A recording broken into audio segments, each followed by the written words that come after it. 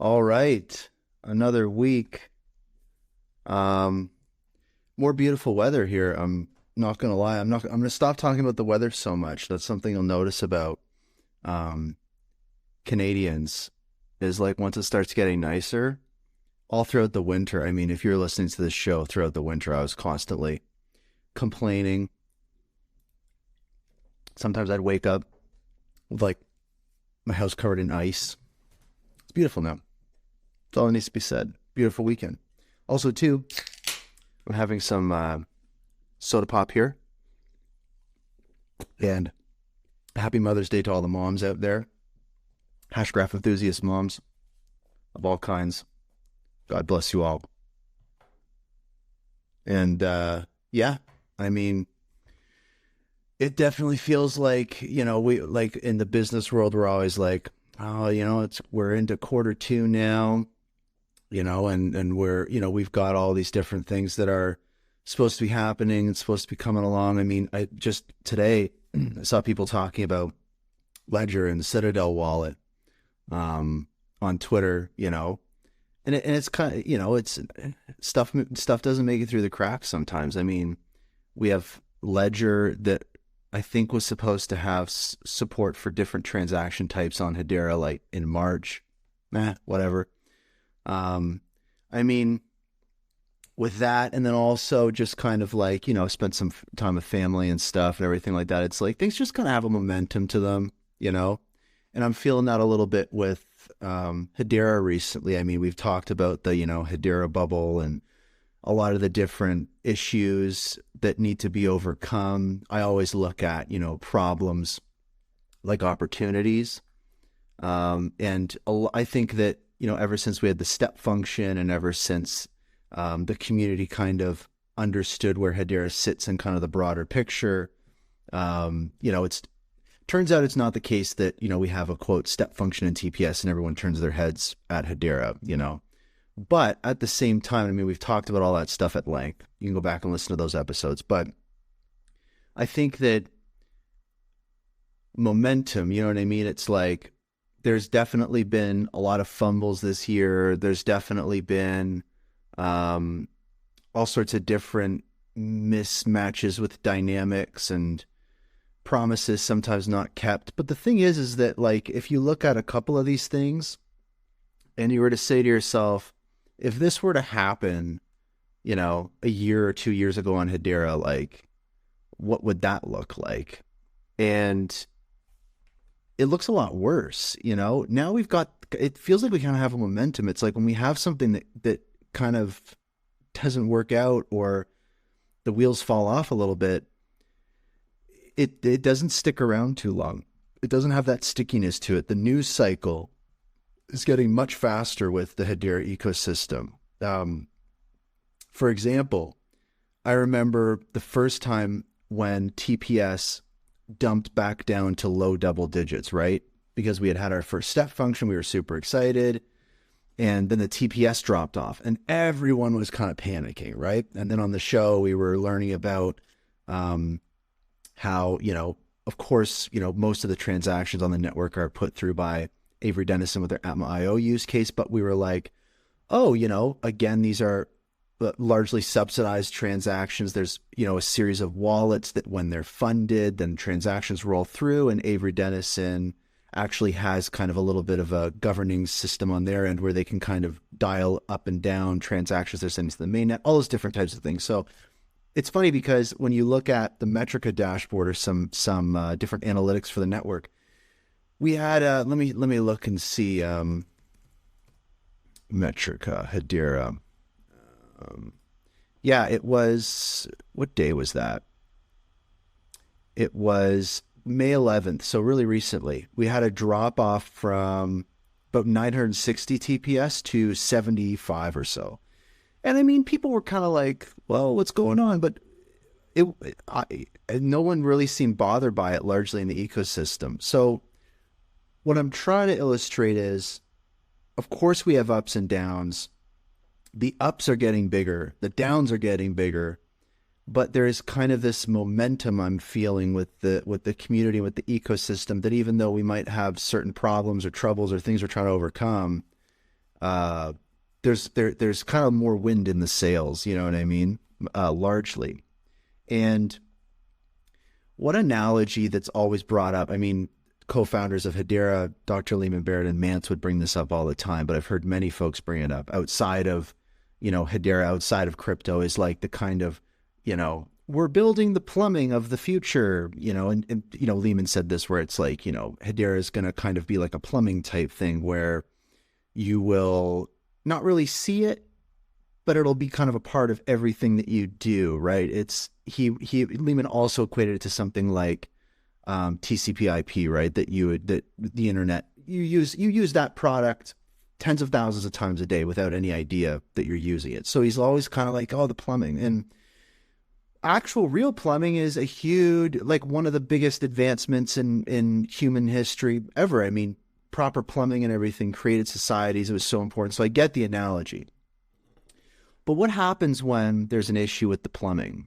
Anyone who's at their house probably knows it's a nightmare, because it's this thing that just kind of works, and there it is. And when it doesn't work, it's a nightmare, right? Does all these wonderful things, keeps our lives going, but when it doesn't work, it doesn't work.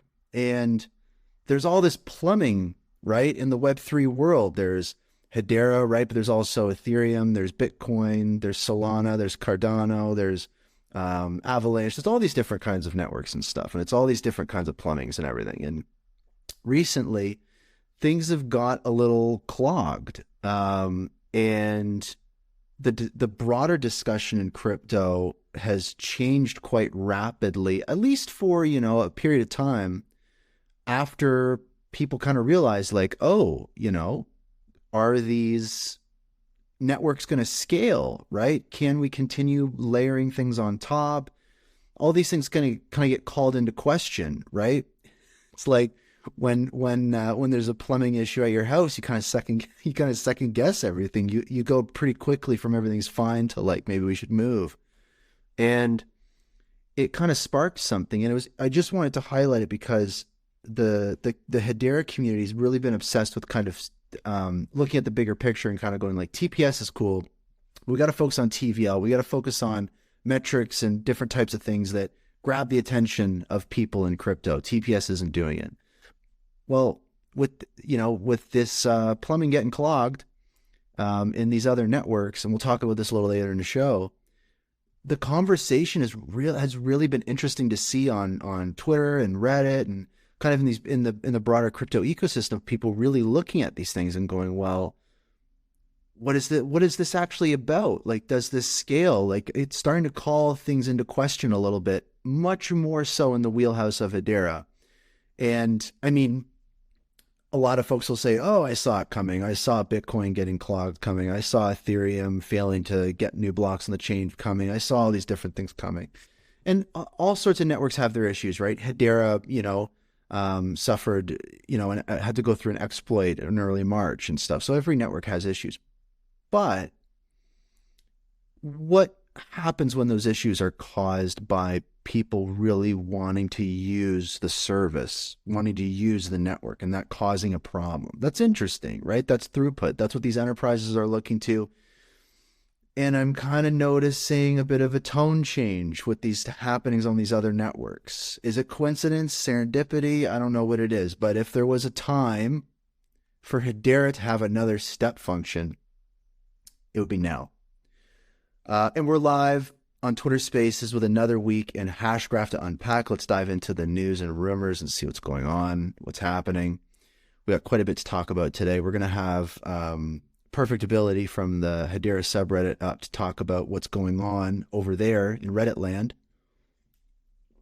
Let's see what else we got going on. Actually, Perfect Ability, I'll bring you up now just so you're ready to go. But some other stuff we got going on is we have we've got like a potential like competitor or two. Not like a lot of folks are looking to it like, oh, it's Hedera competitors and stuff. And I've got a lot of thoughts on that. There's some more details. We'll unpack that a bit.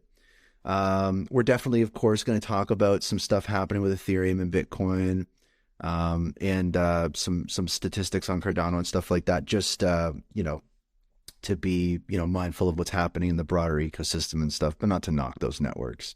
We got coupon news. We've got new hips on the way. We've got TPS rocking on the main net. We've got oh yeah, we got an exchange filing Chapter 11. Shout out. We got Boeing breadcrumbs. We got what else we got going on? We've got LG's kind of new. We got a couple stories that are like kind of old, kind of new type thing. We're going to talk a little bit about music stuff. We're going to talk about this, and I have actually two things that actually I added to the kind of news mega thread just like literally just before the show. But we got a bunch of stuff to talk about. And with that, good evening from Ottawa, Canada, everyone. My name is Brandon Davenport, and I'm a creative developer, musician, and founder at my creative firm, Dirksen and Davenport Incorporated, helping artists, business, and startups in the Hedera ecosystem. And like all of you, I'm a Hashgraph enthusiast. It is Monday, or not, it's Sunday. I was reading the month, May. It's been a long weekend, folks. I didn't sleep too well last night. I gotta be honest with you. I have seasonal allergies, and I'm at that. If anyone knows what I'm talking about, shout out to my fellow allergy sufferers out there. I'm trying to find the like brand right now that's going to do it for me. I don't know what's going on. I don't know if it's mold. I don't know if it's some kind of strange bug. I don't know if it's like we've got like forest fires and stuff out on the West Coast in Canada that like last year they like blew over and brought over like foreign pollen. I don't know what's going on. I'm trying to find the one that works for me. Wish me luck. It is Sunday, May 14th, and welcome to Hashgraph News and Rumours, episode 76, Clogged Plumbing, including my allergies.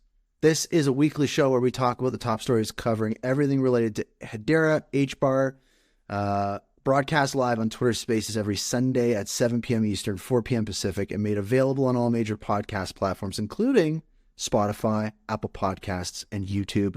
That goes up the next day on Monday, tomorrow.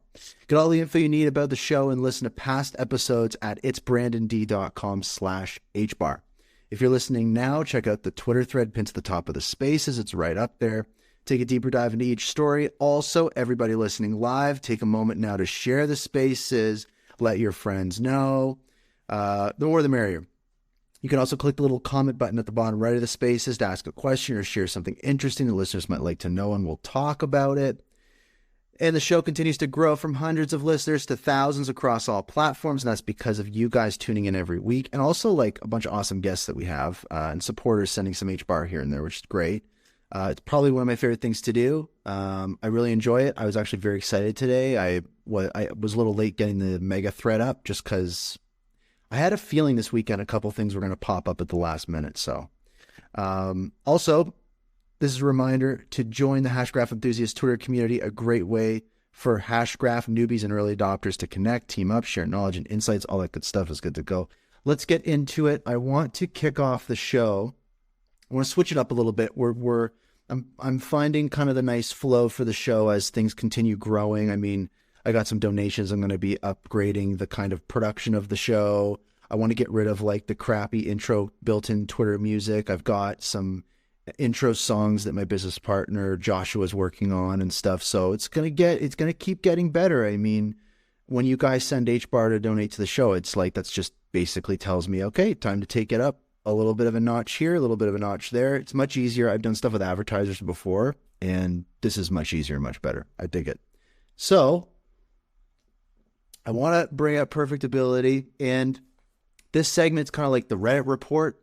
The Hedera subreddit has, like more than 30,000 people in it. There's a lot of nuanced discussion in it. It's not like Twitter where all the kind of like blue subscribers get put to the top, all those different types of things. Reddit is kind of like you ask a question, you get a paragraph, detailed response.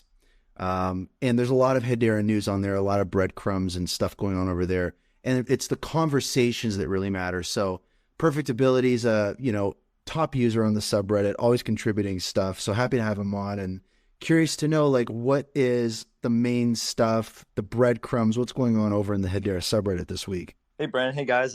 Thanks for having me again. And I do feel you on the seasonal allergies. I have really bad allergies too. And for a whole month, I'm just miserable. My nose is running, my eyes.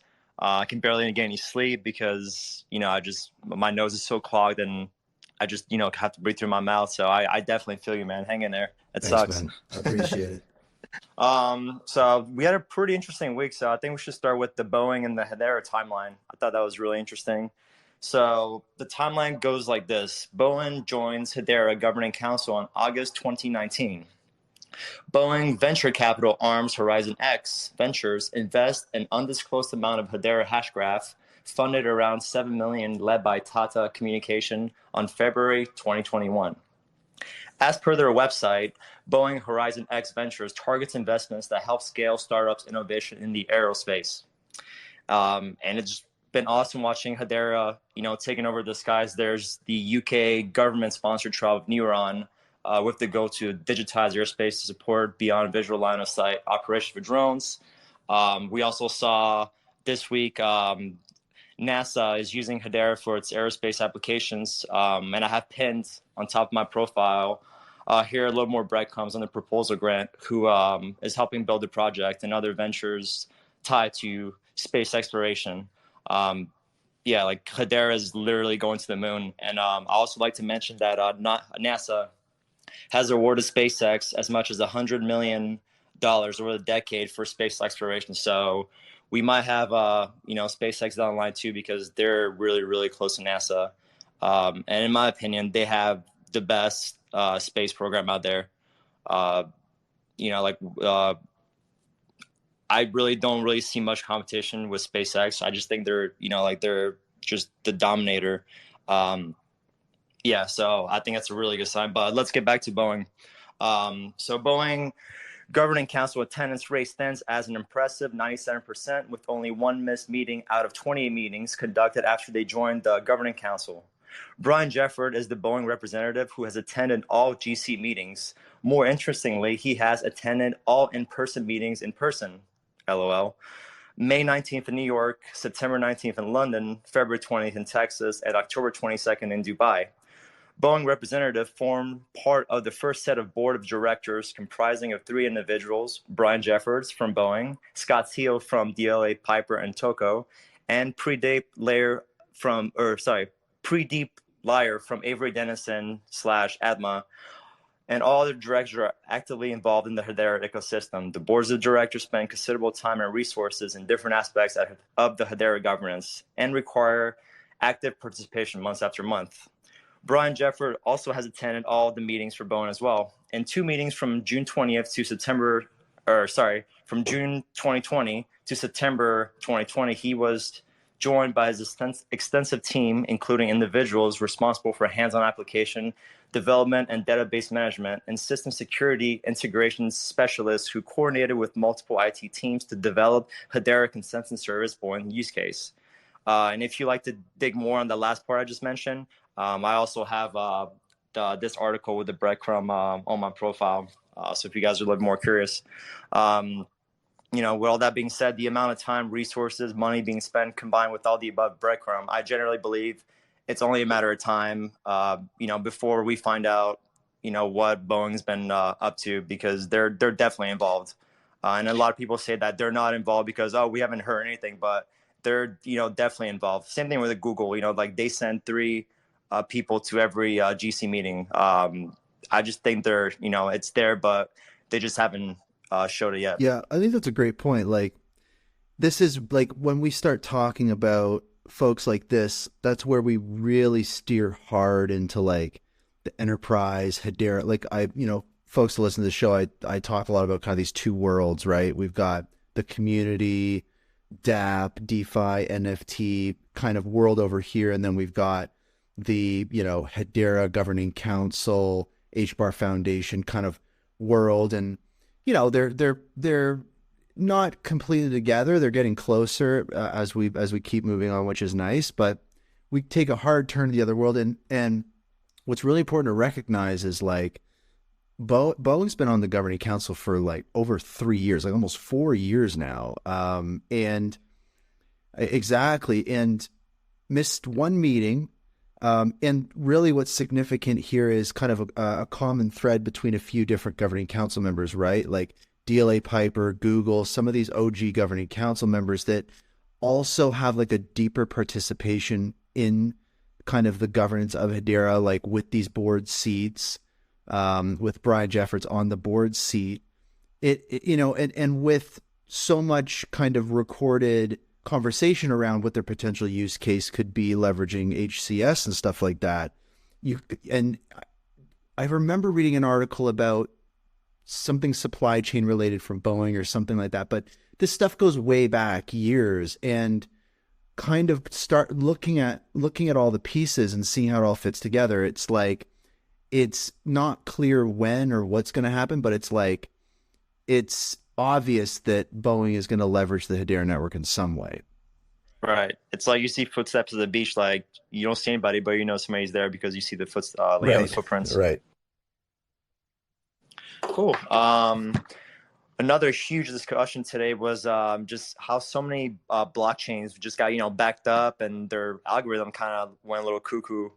Um, there was over 400,000 pending transaction on the Bitcoin network, and Binance, which holds 98% dominance in Bitcoin spot trading, had to halt this transaction due to congestions and high fees. And while reading on that, I actually did not know this, but did you guys know that Bitcoin network has been down 2 times in its history? It was once down in 2010 for around 9 hours, known as the Value Overflow Incident, where a block containing a transaction that created 184 billion Bitcoins for 3 different addresses. The network was soft forced to not allow any more than 21 billion Bitcoin to ever be minted or created. And once again in 2013 for 7 hours, known as the March 2013 chain fork, where a block that had a large number of total transaction input than previously seen was mined and broadcasted. So when we had to take our proxy down for that bridge exploit, I had so many like Bitcoin maximums like, oh, HBAR, it's garbage, that. But I guess they kind of forgot that the king Bitcoin here had be shut down twice over his course. And the really, really interesting thing about that kind of the situation early March with Hedera, that really was the focal point for me was that element of the proxies, right, where you have the main net and you have these proxies to the internet. And when you shut off those proxies, the main net kind of continues to come to consensus on different, I guess, certain permissioned functions or applications and stuff like that. Because we were seeing TPS go through the main net while it was quote unquote down, but basically by shutting off those proxies, it ceased anybody being able to do anything with the network. So it was kind of like it was different, and then that raised more questions of like, well, whose decision was that? All these different types of things, and that brought to light there's like this. It's part of that path to decentralization with Hedera. So it's riding that fine line of, like Lehman would always say, starting off more centralized, ending more decentralized, versus starting off decentralized and becoming more centralized over time. It, like, in this early phase of this network in its infancy, when you have an issue like that happen, hindsight, it's great that we had it. And when you look at some of these networks that are over, a decade old, like Bitcoin and well, I guess Bitcoin is really the only network that's over a decade old, I guess. But I mean, Ethereum, yeah, maybe Ethereum, but it's one of those things where it's like you kind of go, I think a lot of people are kind of going, oh, what's going on with this? What's next after this, Right. Well, same thing happened with Ethereum. The average transaction fees hit more than the daily wage in over 100 countries. So that's around 4.2 billion people. And the numbers on that is 56.4 have a daily wage of under $21. And no, hold on, I read that wrong.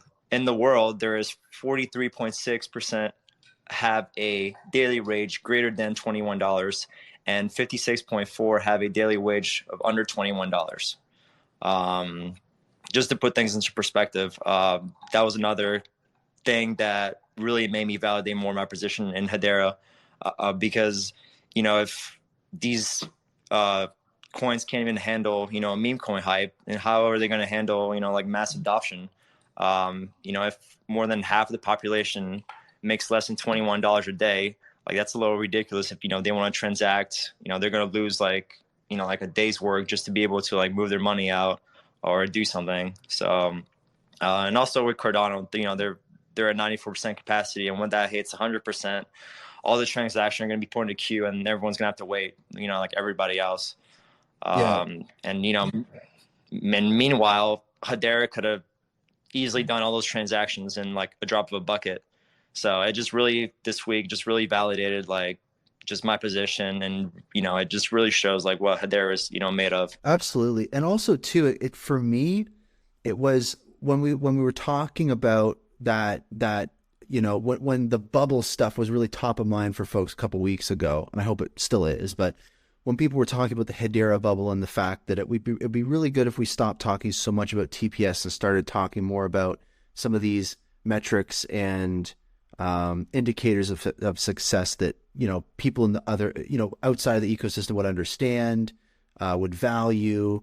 And what we remember is kind of like when these other networks have issues like this, that what matters to people changes all of a sudden. You know what I mean? And that's that conversation shift that we've seen happen a couple of times, where I see tweets where people are like, oh my God, I'm paying this much money to just send $5 or something like that. And these are moments that, Hedera can really grab onto and run with, but you got to be careful because you can very easily end up with egg on your face, right? The same as when we had that issue, again, early March. It's like nuance kind of goes out the window. You have to think much more in an obtuse way with these types of things, because that's you're dealing with the general public. And it's like, if you find yourself having conversations where it's like, actually it wasn't the network that went down, it was the proxies that were shut off. It's like, no one cares, right? People care when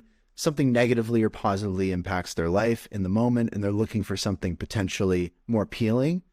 I think that when we talk about getting outside the bubble, it's also looking at it from like, it really is that simple for a lot of people. It's not, some people, depending on where you live, some people depend on these things to get food from the grocery store or something like that. So these new types of technologies, we're still in a phase where we're really trialing how it's going to benefit people's lives. And if these types of things happen, then at the snap of a finger, the conversation could change completely.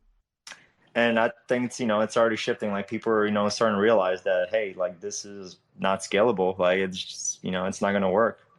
So I just think it's a matter of time. It is a matter of time. Well, I want to move on with the show, but Perfect Ability, is there anything else popping? Any juicy rumors or anything like that happening on the subreddit? I kind of just put everything together, but there was, let's see here. This post is really cool. It was one of the top, purchasing 10 NFTs in a single transaction with gas fees of 0.002 cents. You can only achieve this pretty much Hedera. That's amazing. Like you can buy that many NFTs, and you even did a post that you can mint a whole project for what, $5? Yeah, I responded.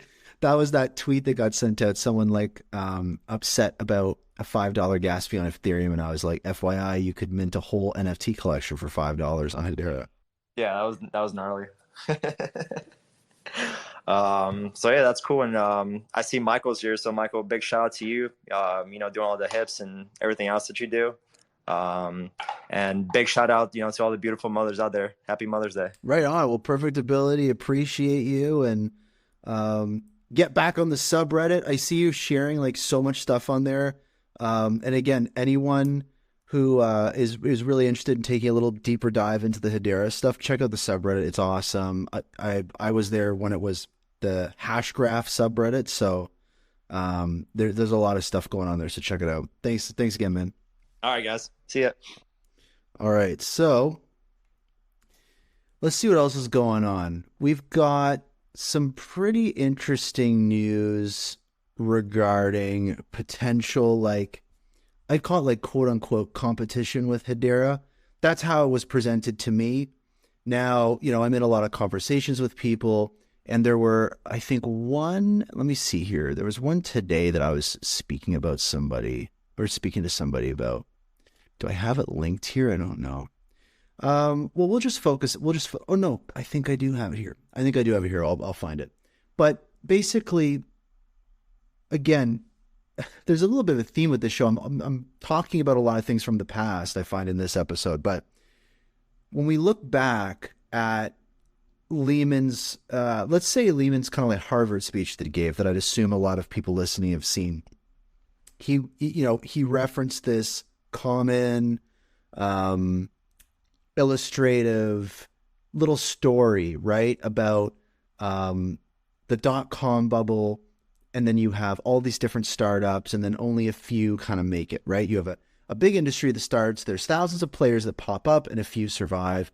And, many times it's kind of used in context of the crypto space, right? You have this thousands and thousands of these different products and networks and assets, and they will eventually, there will be a few that champion and move on and stuff like that. So when we look at Hedera specifically and what they do, obviously they have an unfair advantage in a lot of different respects that, we talk about quite a bit. But the other thing is, when we look at the target audience of Hedera and the problems that they're trying to solve, if a problem is worth solving, right? If Hedera is really targeting things like, finality, consensus, interoperability, all these different types of things, if they are these really hard problems, and it's very fertile soil for startups and an industry, you're gonna have all sorts of people targeting it, right? So there's these problems that are trying to be solved in non-conventional ways, targeting enterprises specifically now, and that's really kind of something that has emerged that Hedera was really early in, which is enterprises looking to distributed ledger technology as a solution for a lot of things, and they're not wanting necessarily, although they'll experiment with it and try out a few different things. They try a few different networks, but they're looking for something specifically built for them. And Hedera is definitely one of those, a strong contender for a long time. Definitely the best. But other players are entering the fold. We know about a few already that we've talked about before, but there's two that I just wanted to talk about and highlight quickly. I haven't had a chance to, for example, go through documentation or white paper. There's not a lot of information about it. This is really, really new stuff. And it's very interesting for a few reasons. There is a network called, it is called Canton. And it's leveraging a technology, it's a specific smart contract. It's like an analogy. DAML. So a smart contract language created by a digital asset. The blockchain startup formerly led by ex-JP Morgan senior executive Blythe Masters and backed by some of the world's largest financial organizations. And this is really interesting. So what they're looking to do is provide fair ordering, timestamps, unlimited scalability, and privacy, and solving these issues for people maybe wanting to build some of these products on DLTs like Ethereum. And they're launched for the financial market participants and institutional assets. And it allows interoperability and synchronization between previously siloed financial systems, right? Another, appealing value for potential enterprises in the financial sector. And now participants include Goldman Sachs, then a bunch of other names that folks won't recognize. The industry partners are Deloitte, Microsoft, Umbrage, so obviously some big names there. And the other thing is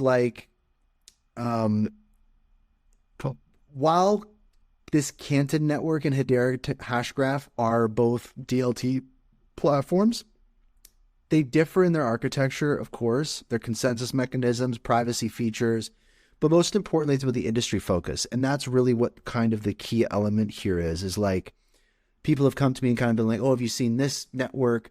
Because some of these new networks are very reminiscent of Hedera, right? They're kind of thinking outside the block, I guess. Maybe they're thinking outside the box, and they're not doing something in the same conventional ways that other other entities have approached DLTs.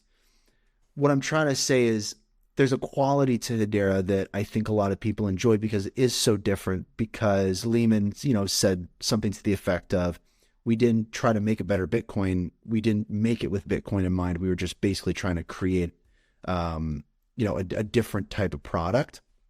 So there's a couple networks now that are coming that I think give people that same feeling and kind of freaks them out a little bit, being Hedera investors. And I think with this particular network, we don't know a ton about it. Obviously, there's a white paper. I haven't had time to absorb it. But really, from what I see, is the Canton network is designed really for the financial industry. And it's a privacy play. And it's not a public network, right? This is a private kind of thing. And I don't know.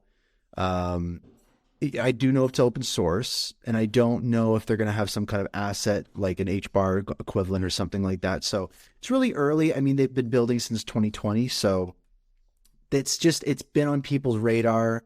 I don't know if it's really entered the kind of zeitgeist of the Hedera ecosystem. I'd be really curious to see what everyone's thoughts are on this, but I don't think it's a situation where it's a worry for Hedera. I mean, the thing we got to remember is, the technology of Hedera sure is really fantastic. But really it's the governing council model and the innovation and the stakeholders that are really important. It's a reputation thing, right? That's something that you can't really replicate at this point. It takes years to do that. And also, to the other side of the coin, the unfortunate reality is that it's not going to be the network that has the best technology that's necessarily going to win in the short to medium term. It's going to be the network that has a better technology, right? And there's going to be a lot of people and a lot of companies and networks taking a similar approach to what Hedera is taking, because it turns out it's a really great approach. But what's unique about Hedera is, when we really break it down, it's essentially a multi-billion-dollar SaaS startup that's very, very well positioned in many different high growth verticals. It's a unicorn, right? And that's really hard. That's a really hard thing to knock off its axis right now. So when it comes to competition, what is Hedera's biggest competition? It's Ethereum. It's these other networks we already know about. These new ones are interesting because they're fresh and they're enterprise focused, and we should probably keep our eye on them. But my alarm bells aren't going off. The other one is, let me see here. This was one also that was kind of, people were like, what is this about? What does this mean? It's CBDC related. Yeah. So this was actually a post on the Hedera subreddit. And this is an article about FIS Global. And if I'm correct, FIS Global is a governing council member for Hedera. Let me just double check so I don't make a mistake here. Let me make sure it's FIS Global and not FIS some other thing. FIS. Yeah, FIS. I mean, they're a governing council member, and there is a CBDC virtual lab that they're starting up to support 1 million transactions per second. This was published a while ago, but there is some interesting things around this. And it's just, again, another one of those wheelhouses where you kind of look at it and you go, oh, a potential competitor or CBDC, or what's that about? What's this about? And it turns out that the target market that Hedera is going after and the approach that Hedera is taking is really great. Nobody's really going to be able to have the same moat that Hedera has with the governing council. And it validates the problem that Hedera wants to solve with these new kind of approaches. Really, the alternatives to Bitcoin are many, many, many years old. They're very old technology, right? You know, a breakthrough in an industry is probably not going to happen with a 5 or 10 year old technology, right? It's going to happen with something that's bleeding edge. So I think that when we really look at this kind of stuff, that's what's being created right now is these kind of bleeding edge technologies in the DLT space that are enterprise focused. And it can be a little freaky for people, right? Hedera is really kind of the enterprise play.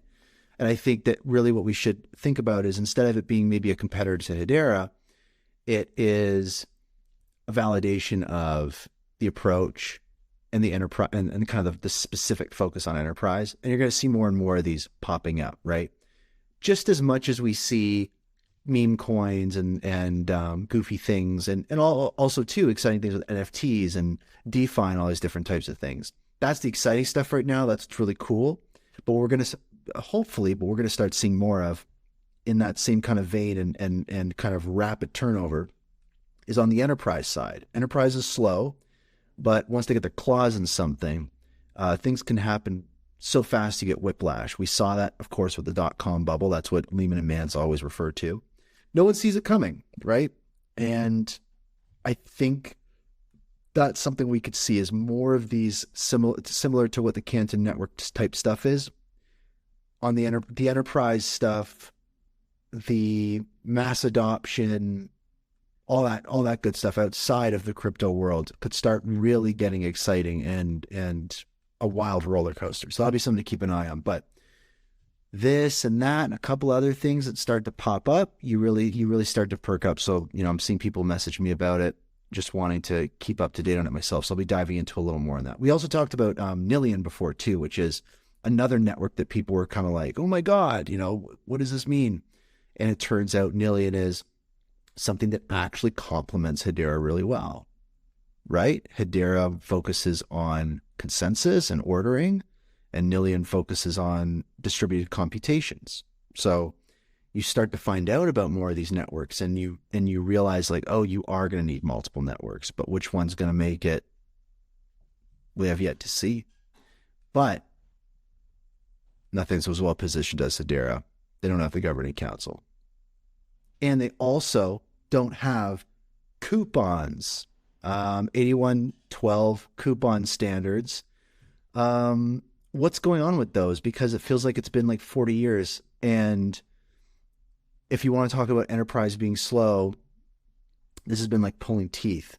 But we have had updates this year in regards to coupons and also insights into why things have maybe taken a bit longer. And on May 23rd, there will be a presentation, like a webinar, discussing how the go live and global expansion of this new universal standard is going to work. And it does feel like the go live stuff is going to be happening. And I mean, just a quick refresher, right? I mean, coupons are paper. They go in bags. They get shipped off out of the country. They get counted. Lots of money has to be remitted with all different parties. It's very slow. If a brand wants to do something special with a cool promo with their product, they have to do a bunch of work with the retailers to tool it up and get it working. It's a nightmare. So with this new standard, and remember, this is an industry standard, which means the current one will be sunset. This one will, replace it, and it's leveraging Hedera Hashgraph for coupon clipping and stuff. It's like it's going to be digital. It's going to unlock all these new possibilities and stuff. And they've already been trialing it in various, I think there's a couple grocery stores. There's like a mom and pop ice cream shop. And it's also rolling out now to bigger retailers, convenience stores. And what it feels like is they're starting to get a little closer to a critical mass, because the challenge with coupons is really convincing the retailers to take on this tech debt essentially for like one more upgrade, you know what I mean? And understanding that it's going to cut down overhead overall and bring more value to the customers with more exciting programs that the retailer is not going to have to worry about anymore. So it's about getting over that initial hump. So what I'm hoping is that hump is being overcome, and with this webinar and them kind of talking about going live and stuff like that, they've been targeting this year as the big go live year, right? And we're late, but it still could happen this year. So we're going to have to see what's going on at this webinar, what their plan is in regards to going live, and also start really picturing what it's going to look like when coupons are running on Hedera. I'm trying to get my mind back there again, because it was really the big story for so many years. And it, to me, it still is, because when we talk about mass adoption and people using these types of technologies without knowing it, literally coupons is that. People use coupons all the time, of all ages, everywhere, all different walks of life. And if the majority of those are running on Hedera, then that's incredibly powerful, because you can start to have conversations about the technology. It's a very exciting thing, right? Potentially very high transaction throughput. So coupons are definitely out of the limelight right now. There's many more, much more exciting things happening, but I don't know. They still got a place in my heart. I still talk about them almost every week on the show. And I think that when this new coupon standard goes live, it's going to blow minds. And I am going to bring perfectibility back up here just in a minute, because there was a story that I didn't get a chance to ask him about, but I definitely want to ask him about it, just because it was kind of cool. Also, too, we've got some news regarding hips. Maybe I'll bring up. I mean, Michael, if you're free, I'd love to have you up just to ask you a couple questions on the hip side of things. So feel free to hop up. Just shot you an invite, but if not, don't worry about it. Let's get some bummer news out of the way. Bankruptcy, Bitrex Exchange, Chapter 11. That's a bit of a bummer. So they have, let me see here, the tweet from, who's this? Yeah, the CEO and founder, Richie, shout out, tweets, yeah, we filed Chapter 11. Yes, we still have 100% of all customer funds. Yes, they will be a claims process to the bankruptcy courts. This is the cleanest way to bury the baby. That's a very sad tweet. Rest in peace, Bitrex Exchange. Bummer. So another one bites the dust. And it'll be interesting to see who starts to fill this void. I mean, Binance just pulled out of Canada, and the regulatory landscape continues to get more and more confusing. So to me, there's definitely opportunity being created, but it's very, very risky. Clearly, because all these exchanges are dropping out, but we'll have to see what transpires from this. Interestingly too, when I started this spaces, I don't know if it was a glitch or what was going on. Someone that I haven't talked about a lot recently is Neuron. And I literally saw them join the spaces and pop up as a speaker and then disappear. I have no idea what happened. If anyone knows them or can DM them or something, I mean, if they want to come up and speak, that'd be amazing. But they have some interesting update, like not really updates. They're basically, they did an event where, quote, they had, this is what they tweeted on May 10th, quote, a captivating event today unveiling our project blueprint to 120 industry leaders. The project is a £3.6 million government-funded project that will enable drone deployment at scale. More info coming shortly. So really what's exciting about Neuron is people go like, oh, why can't we fly our drones everywhere? What's that about? There's all these, again, regulations, and you don't want things crashing into each other. And so all the different systems in place that track things flying around in the air, they're not interoperable. So Neuron wants to create this new network for flying, the tracking of flying things in the air, and unifying a lot of that data and making it easier so you can start to do more of that and have like these Amazon packages delivered by drone and different things like that. So there is an update. Coinman the Barbarian, community legend, sent out a tweet with just a kind of excerpt from the use case page on the Hedera website that's just worth kind of re-highlighting in this. Quote, every flight using Neuron's shared network emits a signal each second. and is received by multiple ground sensors. Most blockchain-based systems cannot keep up with this level of throughput and suffer from highly variable transaction fees. So why this use case is exciting is because that line right there. Each second, every flight is emitting multiple signals. So that's what's really interesting, and that's what I think it feels the same as coupons to me. It's all these different kind of enterprise, arguably not super exciting use cases from literally years ago that are just starting to kind of make moves now, which is really interesting. Also, too, cool story. Brought profitability back up. You had a kind of DJ set where you were opening up for you were one of the folks opening up for Steve Aoki, and you requested a Hedera logo on the background. So that was kind of like random and crazy. Like, what was it like? I hope you had a good set. Like, I hope it was a good show and stuff like that. This was by far like my biggest event I've ever did.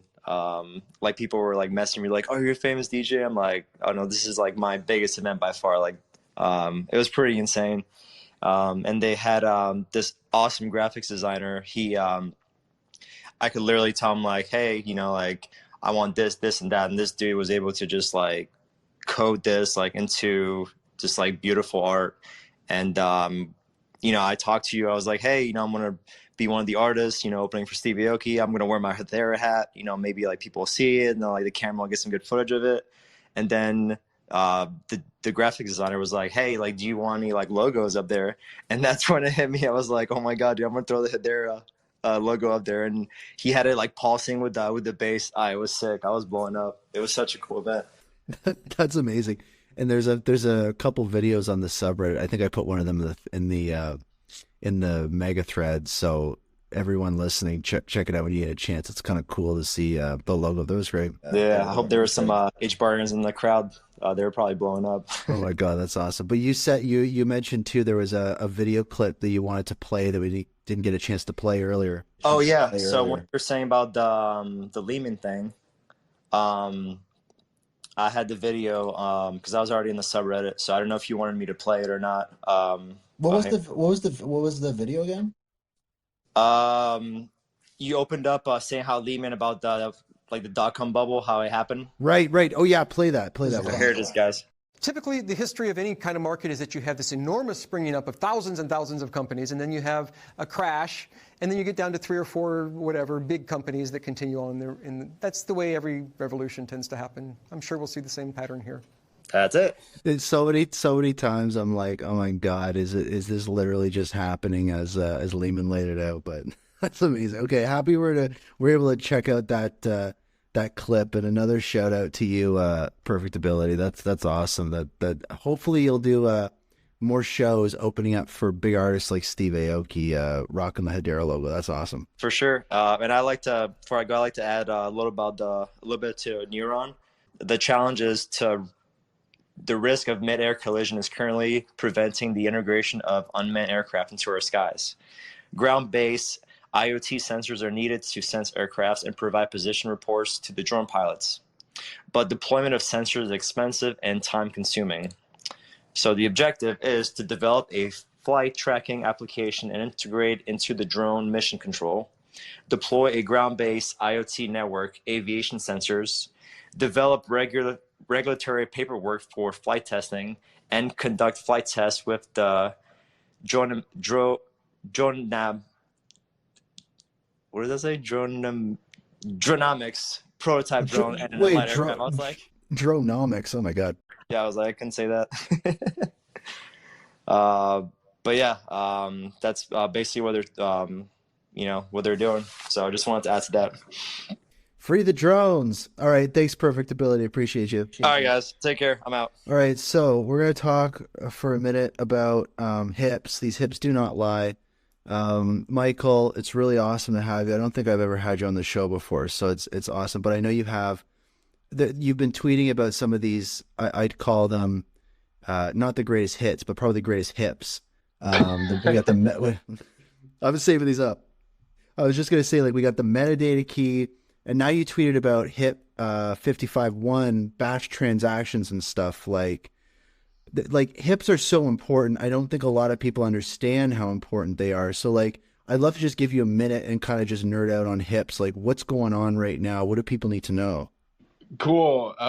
No, yeah, you talk about hips. I was requesting to speak about Forum, but when you mentioned 551, I was like, dang, yes, I want to talk about that. So, but first of all, yep, happy Mother's Day, guys, and awesome show that you got, Brandon. Thanks for doing it and letting me talk. So, yeah. Yeah, I was going to talk about Forum and just see how you guys liked it and stuff like that. But when you mentioned batch transactions, that is a very important one that I really kind of want to get everyone's feedback. And Patches, you too. Like, I sent you a Slack message, but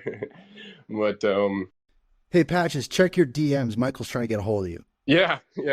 Really, what I'm trying to do, I'm trying to survey the landscape of what use cases you guys will use with batch transactions.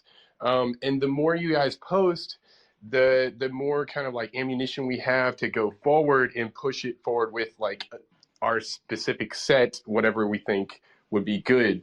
For instance, just to give you an example, shameless plug here, Forum, the decentralized free speech platform, you had when you go to do any action on there, first of all, let me just introduce it.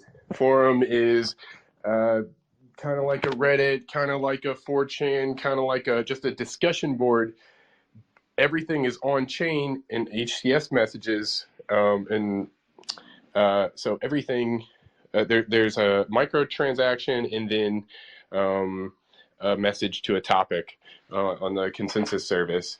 And so when you do those two things, you do the micro transaction, and then that approves, and then you have to sign, for instance, creating a thread, you have to create a topic, and then create the original post on that topic. Those are 3 transactions that the user has to do in their Hashpack wallet. With batch transactions, you could roll that all up into one and do one click. So we're trying to survey the landscape here and see how you guys might use it. Another use case would be like a mint and a transfer all rolled into one, so you wouldn't have to sign 2 transactions. So check that hip out. I'll put a link in the comment here. Let me go get that. But yeah, but I got that this hip is really interesting to me because yeah, it's a really important hip, because if you think about it, like, it really unlocks the power. I mean, it's not exactly native smart contracts, but it really kind of has a smart contracty flavor to it, because you can combine actions into one. You can create a topic and then do a transfer of HBAR, and then do something with the token service. You can kind of like combine all these transactions into one, and so you get kind of a smart contract flavor, but you kind of like ramp up the power of the consensus service, and make more interesting use cases possible. Well, not really possible, but like more convenient. So instead of signing 3 transactions, I'm now signing 1 transaction, and it's very seamless. And my perspective on this is there's a lot of really smart people. Like, I know Hashpack is working on stuff like this, Blade is working on stuff like this, where they'll have kind of this onboarding business logic for different use cases, where through their products or SDKs they'll be able to kind of like they'll be able to abstract a lot of that Hedera network functionality that you have to do these multiple transactions for. So for the user, it's kind of like they click a button and then their wallet is there with some stuff inside, but in the background, there's like a bunch of transactions that happen. So with this hip, it kind of brings that functionality, as you're saying, like closer to the surface, and it's less kind of these kind of like business workflows built on top of the network. And you can kind of now actually do that inside of the network, where it's like, oh, is our business workflow trying to open a wallet, throw this in it, make this kind of thing happen? We could just bundle that into a transaction. So the user still gets that one button click and it's done. But now there's not a layer between the user and the network. Exactly. Right. That's really interesting. I love that. And then one more question before I let you go that's really on my mind, because I watch kind of hips roll through to the network. And for folks listening that don't understand hips, I mean, it's a Hedera improvement proposal. It's a way that any regular person can change how the network functions, or change the way that things work in regards to standards, like with HIP 412 for metadata. So if you want to make the network better, and you have a vision to do that, the hips are the way to do that. But I think the thing that the quicksand sometimes that hips get stuck in is what you were talking about, is like the social proof, the community backing that you can then take to, whatever, whomever needs to get them out into the main net to kind of go, hey, look, this is actually important. It's not just a cool idea. This is something people actually care about. And that's really, I think, one of the pain points for hips, is like getting that community traction, getting that attention.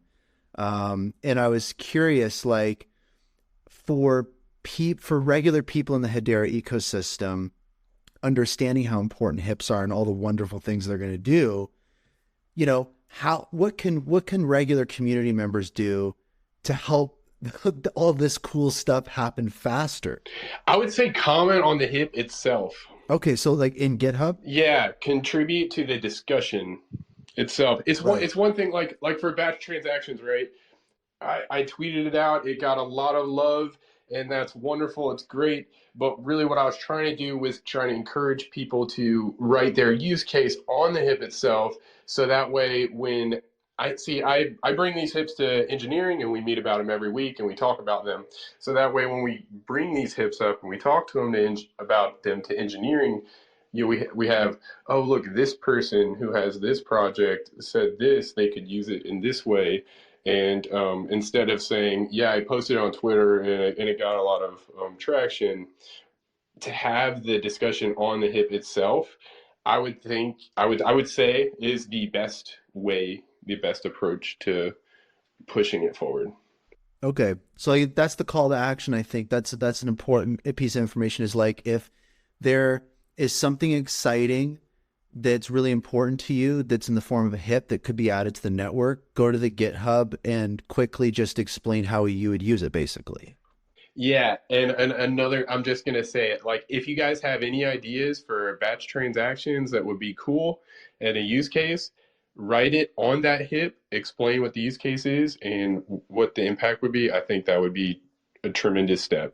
Okay, right on. And just before I let you go too, I mean, shout out to the forum stuff. I mean, for the longest time I was like, oh, it'd be so cool to have like a place that's not Twitter, that's kind of leveraging Hedera for like discussions and stuff and everything. So that's been really exciting to see unfold. And I guess you guys are seeing it all from behind the scenes and everything, and so it must be exciting to see people using it more. Oh, it's exciting. We released it 2 weeks ago, and it already has 100 threads. Yeah, people are participating in threads. It's really fun to watch. It's kind of been something that I've always wanted to build, probably around 2015. I was really kind of thinking how you would like do something like this, because there's a lot of problems in content applications. I mean, you get like moderator problems, voting problems, and after thinking about this problem for a while, I was like, if you put everything on chain, first of all, you need a really fast blockchain, a really fast network. But second of all, if you put everything on chain, then you keep everyone honest, and you won't have a central moderator problem where somebody comes in with special interests and remove posts for whatever reason. And then you won't have vote manipulation. There's a lot of problems we're trying to tackle with that that I've been thinking about for several years. And I'm really excited about what it's turned into and the support that you all are giving it. I'm just really appreciative of that. And it's amazing to watch it grow. And I mean, I know only 100 threads, but it's only been 2 weeks. And that to me is like, I'm super thrilled about it.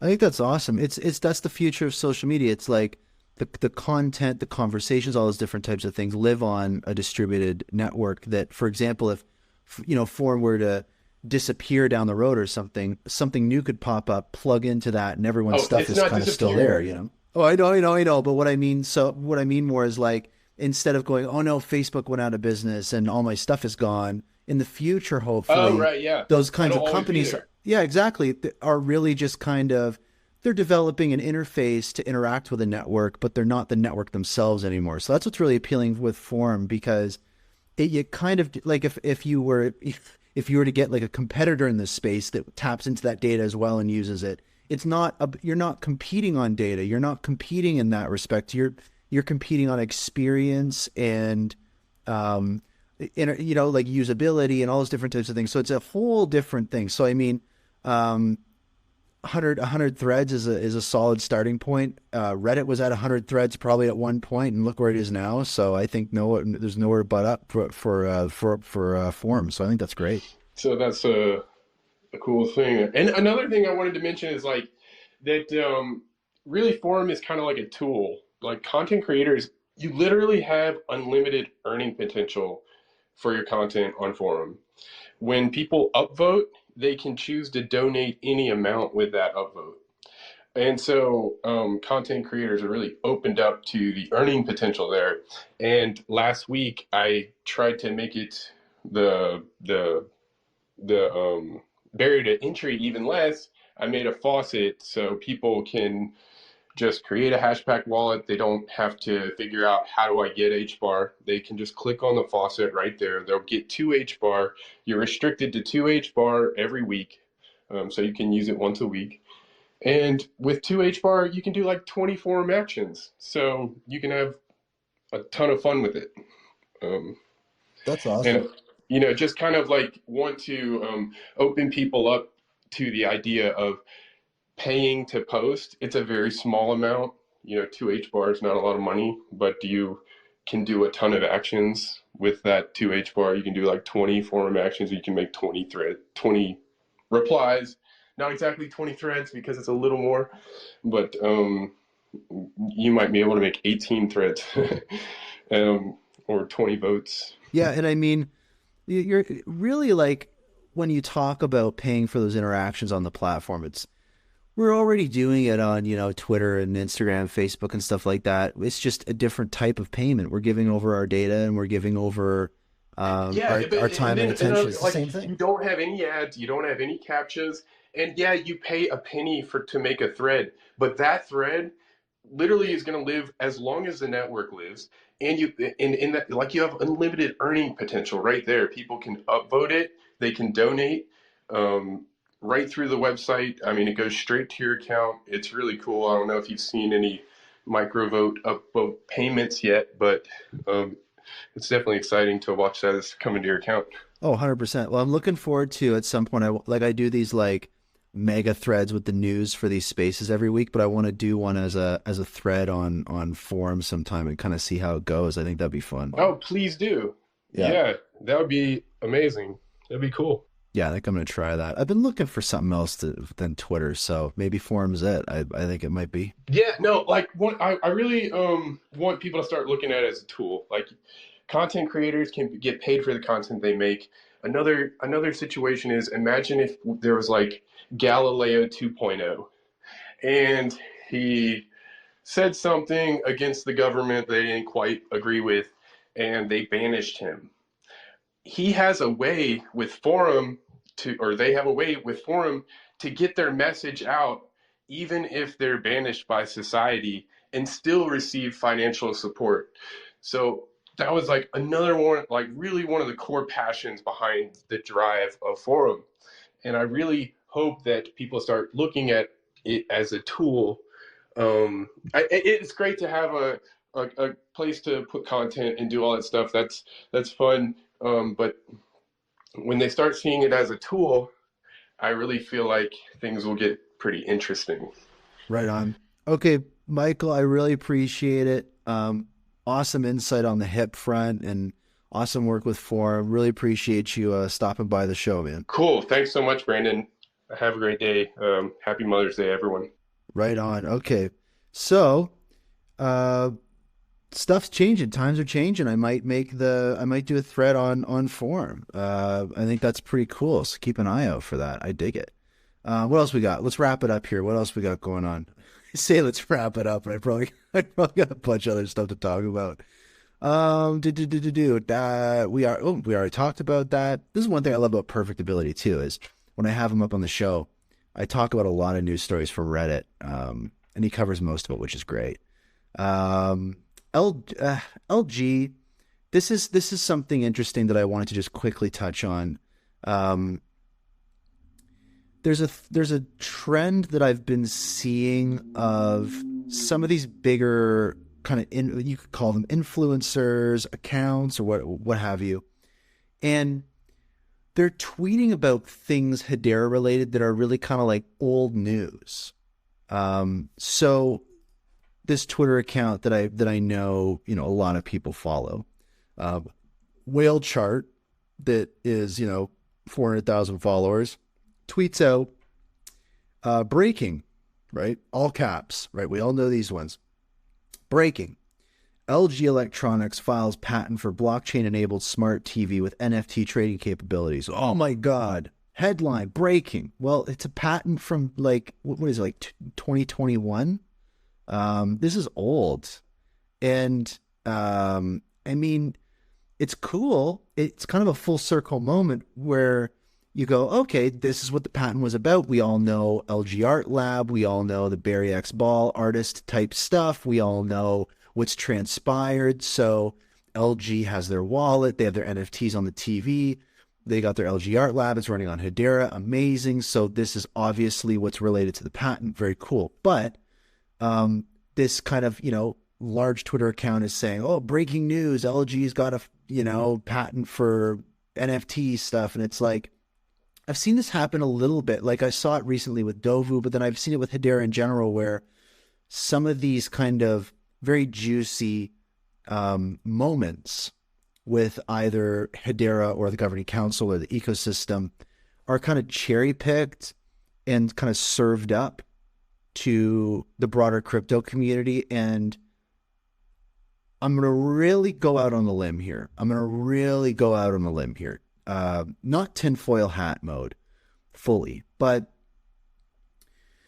there is a pattern that happens with new technologies, new investment opportunities, all those different types of things that is very, I don't know what the word is, but what happens is, the quote unquote insiders will, not talk about it or talk poorly about it while they invest in it. And then once their position is placed, they'll start talking about it. But it's not like these different types of people don't necessarily go, oh, buy this thing, it's amazing.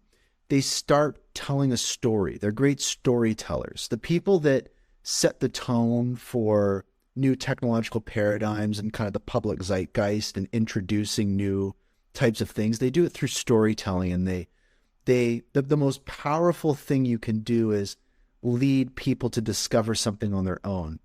And as you start telling this story, you start to build more excitement about a particular thing. And I've been at the beginning of every story, right? It's like once upon a time in a place, blah, blah, blah, blah, blah. It's talking about things from the past, right? It's almost like, on the last episode or on the last season of Hedera, catching you up. And that's what I'm seeing. I'm seeing that type of content of sharing these exciting moments, these greatest hits in Hedera, because old news to us is new news to a lot of people, and it's still very exciting. So I've seen a couple things in that regard. That's something I would look to is, are some larger accounts going to start talking about some exciting moments that are kind of old for us, but they know will resonate deeply with people, and they'll lead with those. Because, and before I move on, I'll just say this is a great example because it's clear, Whale Chart, right? These accounts that tweet out these just little headlines with very little context, it's clear that they've seen news about the patent, that they know about it, but they label it as breaking news when it's not. It's something that's a 2-year-old thing. So it's very transparent in that regard that how it's framed and how it's kind of piecing together a little bit of a story for people. So it's a bear market, and the conversation's changing as we've spoken about. People are looking for alternatives. Hedera is very appealing. It's very well positioned. All these different types of things. And a lot of times, for better or for worse, retail investors are guided by popular Twitter accounts. So it's interesting. It's a trend I'm watching. I pay attention to people that are great storytellers, and a lot of, we'll call them influential or nefarious or whatever, people in crypto that do all sorts of things. They're great storytellers. And I think that engine, right, that attention engine that we have in the crypto Twitter, if that starts getting placed on Hedera, it'll be really interesting to see. But a major Twitter account sharing breaking news about something that was 2 years old stuck out like a sore thumb to me, to be honest. What else we got going on? Music. There are some interesting updates regarding music, specifically for Hedera. There's a new working group, Hashgraph NFT working group, that's focused on something called music metadata standards, very similar to HIP 412. Right now I'm chairing the operations committee for that working group. And basically, I want to just quickly bring it up just because it's news, because music NFTs are going to be a whole thing. That's just what's going to happen. I mean, it happens on other networks. Music in kind of the broader art world makes up either the biggest or one of the biggest portions of art out there. So if you look at the art NFT market, obviously music will make up a large portion of that. Music is really complicated though, because it's not the same as NFTs as we know it, right? Where you buy a limited amount and then you sell them. When's the last time you got a song and thought about selling it, right? It's psychologically, it's just very different. There's a lot of work that needs to be done with music, but where it needs to start is metadata standards. As we know with HIP 412, which is the current metadata standards for NFTs that, all the NFTs in your wallet are based off of and adhere to, that allows them to work properly across different products and services and dApps and wallets, is music metadata standards. Again, music is very complicated. You can have multiple artists. You could have 30 writers on a song. You could have all sorts of different versions of a song. There's sometimes pages of metadata, and you have to have standards for those. And it's going to take a long time to make that happen. But what it does, it enables creators and builders to actually do what they want to do, because they know what they're building is going to work. And it avoids a problem that we saw with NFTs early on in Hedera, which was before HIP 412, before more broad NFT standards existed, metadata standards existed, you would have people developing some really cool things that just didn't work everywhere, that don't work anymore. And when you had HIP 412 and you had some standards come into the fold, there was, again, like this Cambrian explosion of NFTs, and it was the Hedera heat wave, and it was very exciting. And that's when you have that foundation, it gives creators and collectors the confidence to venture out and get inventive, again, because they know what they're creating is going to work properly. And what's exciting about NFTs, music NFT metadata standards is, yes, they're really complex and it's a very hard problem to solve, but their music metadata in general is already heavily documented, has been for decades. So we're not starting from zero on it. But if you're excited about music on Hedera, and you are excited about music in general, and you want to create, you want to be a fan, there's so many exciting things happening. This is what you should be focused on right now. And even if you don't quite understand what it's about or why it's important, there's going to be much more information coming about why it's important, but it just is. It's kind of like building a house, and you're very excited about it, but we got to pour the concrete first. We got to lay the foundation, or it's not going to be a sturdy house. And that part's really boring and hard to do, but it's got to get done. And there's people doing it right now in the ecosystem. There are community members, builders, a very diverse group, lots of progress being made.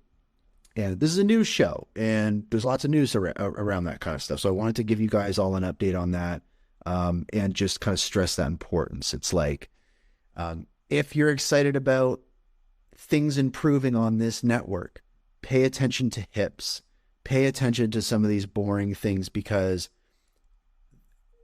in the future, millions and millions and millions of people are going to use products that depend on these standards. And these standards are going to be largely developed by regular people like you and I, on the network. And that's really special. That's what the decentralization is about. That's how these starting points can be made. And it's a really special time. But it's sometimes very boring work. So that's what's important. Let's shift our focus to those types of things if you can, if you're really excited about these types of things. Channel your excitement there if you can, because it'll make things go a lot further, a lot faster. Google, another governing council member, has some interesting news. If you type an Ethereum address into Google, it'll show you the balance of that Ethereum address. And that's kind of cool to know that, the world's leading search engine can interface directly with network explorers. That's super cool. But it's kind of like, okay, can we get Hedera, supported? Because, Hedera is a governing council member. And one thing that I did see was the person who tweeted this out, their name is Naylan, Web3 at Google. And basically, when he was asked that question on Twitter, he responded with a winky face. So I don't know what that means. It's not a lot to go off of. It is a breadcrumb. I mean, a winky face emoji is a breadcrumb. I will say that's a definitive breadcrumb. Very small one, but it is. So sometime soon, will you be able to type in a Hedera address or a smart contract address or topic ID or what have you into Google and surface some information from the Explorer? One day, that hopefully will happen, and I'm gonna keep that winky face up in my hopes, because maybe that'll happen. But it is currently happening with Ethereum. Search a search engine, interfaces directly with Web3 data. I think that's pretty rad. Quick shout out to Zepsy too. Awesome community member. He does a weekly video with the HBAR Bull, frequent guest of the show. They had a great episode this week. If you haven't had a chance to watch it, definitely go watch it. I don't miss a single episode of those. The HBAR Bull, Brandon's been doing those for literally years, longer than I've been doing this show, for sure. So check those out. And oh my God, I think that we literally have got through it, guys. I got one more story. Crossing my fingers. I think I have one more story. I'm just double checking here. Oh, I mean, just also a quick mention. I mean, we've talked about this pretty much the whole show, but like transactions per second, TPS, we're starting to see 4-digit TPS.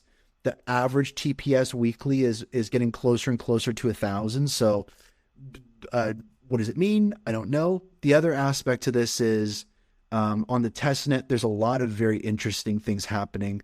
A key sticking point of the network is it's diversifying types of transactions on the network is going to be so important, because obviously, as we know, HCS transactions are very inexpensive. They don't drive a lot of revenue for the network, and revenue is a very important thing right now for Hedera.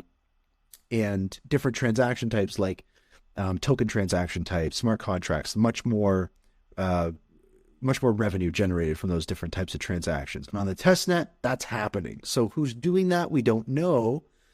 Why is TPS marginally increasing on the mainnet? Not quite sure. There is something, though, that is kind of being floated as who is behind this. So Fresh Supply, FSCO, which is a supply chain food management tech stack, essentially, that was previously leveraging MasterCard's Provenance blockchain solution, and it now has migrated to Hedera, for doing all sorts of cool stuff. For example, recording MasterCard transactions on the mainnet, which is super great. CEO, David, I've had him on the show before. I reached out to him recently. He doesn't have any updates to share, but when he does, I'll have him on the show. We'll see what the heck's going on. But basically, people were curious to know, is it FSCO? Is it you guys doing these transactions? Because if it is, that'd be really exciting, because that's a use case people are very excited to see go live. And he responded with a, hold your hats, winky face emoji. So that's what I'm dealing with right now, guys, is I got winky face emojis and I don't quite know what to make of them. And traditionally a winky face emoji is a little bit cheeky, right? It's a little bit, it's kind of like, hey, yeah, I know what you're talking about. There, it's no, it's not a no comment. So it's a winky face. I should have called this episode winky face emoji, but that's that. Is it FSCO? I don't know. And what I do know, though, is last week we talked about another little breadcrumb, which was, again, CEO of FSCO, David, responding to a tweet asking what types of transactions would they be using. And actually, the FSCO account, the Fresh Supply account, tweeted, we will be heavy HTS, which got me excited because obviously that's more revenue for the network. And it's also an exciting use case because it does appear that high throughput transaction use cases generally are HCS, which is, cool, but it's not really that substantial. So a high throughput use case coming onto the main net that is much more diversified in the types of transaction it's sending to the main net, that's very exciting. Last story, I promise. Just published today, a new NFT marketplace. Hedera's got a new NFT marketplaces from Hash Tools, previously just a launch pad, that actually they did really good stuff. And the name of their marketplace is called, drum roll please, Hash C. So obviously a play on OpenSea. Nothing wrong with that. I think it's a little bit of a goof. I like that. And it's a snappy little marketplace. I haven't used it yet, full disclosure. I haven't had time, but I mean, I'm on the marketplace just now. I'm clicking around. It's nice and snappy. They've got a bunch of different things for sale. I don't know what kind of volume they're pushing right now. They've got their analytics coming soon. So it just went live, guys. They've got 17 HBAR total volume. So this is hot, fresh off the press, and we got a new marketplace. Check it out. Always be cautious when using new dApps on the mainnet. Some of these will leverage things like smart contracts and all these different types of things. Never, ever, ever, not saying that Hash C does this, but just an opportunity to just reiterate this for people. Never, ever, ever, ever, ever, ever, ever, ever, ever, ever, ever, ever use a dApp that asks you for your private keys. Don't ever do it. It's always bad news. Never, ever, ever, ever do that. Is that enough evers? Never. So new marketplace, check it out. It's a vibe. I like it. So, wow. Another week behind us and another week ahead. A huge shout out to everyone listening live on the Twitter Spaces right now. Another shout out to everyone listening to the recording on Apple Podcasts, Spotify, and YouTube. And an extra shout out to everyone making a donation to the show. If you have a moment, give the show a rating and review on your favorite platform. It helps a lot. Thank you to Perfect Ability and Michael for popping by to talk about things on the subreddit and hips, because hips are very hip right now. Well, they're not. I think the problem is they're not hip. I think that's the problem. We need to make them more hip, more groovy, right? And yeah, we got clogged plumbing, guys. There's blockchain toilets backing up everywhere. People are looking for plungers. I guess in this case, I guess the L2 is a plunger. I don't know, but the conversation is shifting, and that we've seen this happen before, but it does seem like this type of conversation is reaching critical mass when we look at people posting screenshots, upset that they're spending $5 or $10 for a transaction, wondering what the future of a network looks like that can't, withstand some monkey pictures being minted to it. What is a block and what is a chain? What does it mean?